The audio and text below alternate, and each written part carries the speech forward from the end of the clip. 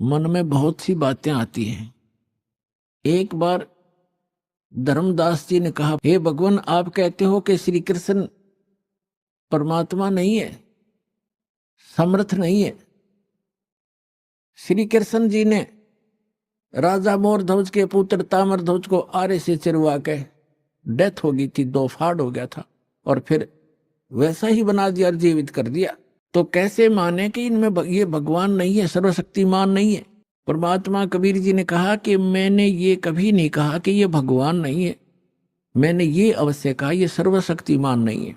मैंने ये कभी नहीं कहा कि ये स्वामी नहीं है, ये प्रभु नहीं है, इतना अवश्य कहा कि सर्वशक्तिमान नहीं है। जैसे परिभाषा प्रभु की आपको बहुत बार बताई है, तहसीलदार भी साहब है, एसडीएम भी साहब है, डिप्टी कमिश्नर भी साहब है, जिसको कलेक्टर कहते हैं, डिप्टी कलेक्टर, और कमिश्नर भी साहब है, मंत्री भी साहब है, अपने सतर का साहब है, अपने उसका कुछ सीमा है उसके साहब की, उसकी शक्ति की।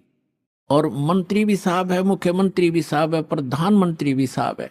लेकिन ये सभी साहब हैं, लेकिन कोई कहे कि डीसी समर्थ है, सर्वशक्तिमान है, सारे देश का कंट्रोलर है, तो वो गलत कह रहा है। अब जितना वो साहब है, जैसे कोई एक मंत्री को और प्रधानमंत्री बताता है राज्य के मंत्री को, तो वो उस प्रोसीजर से वो परिचित नहीं है। इसलिए एक मंत्री भी अपने सत्र का लाभ दे देता है, लेकिन जो प्रधानमंत्री लाभ देगा वो ना मुख्यमंत्री दे सकता। तो इसी प्रकार समर्थ जो प्रधानमंत्री है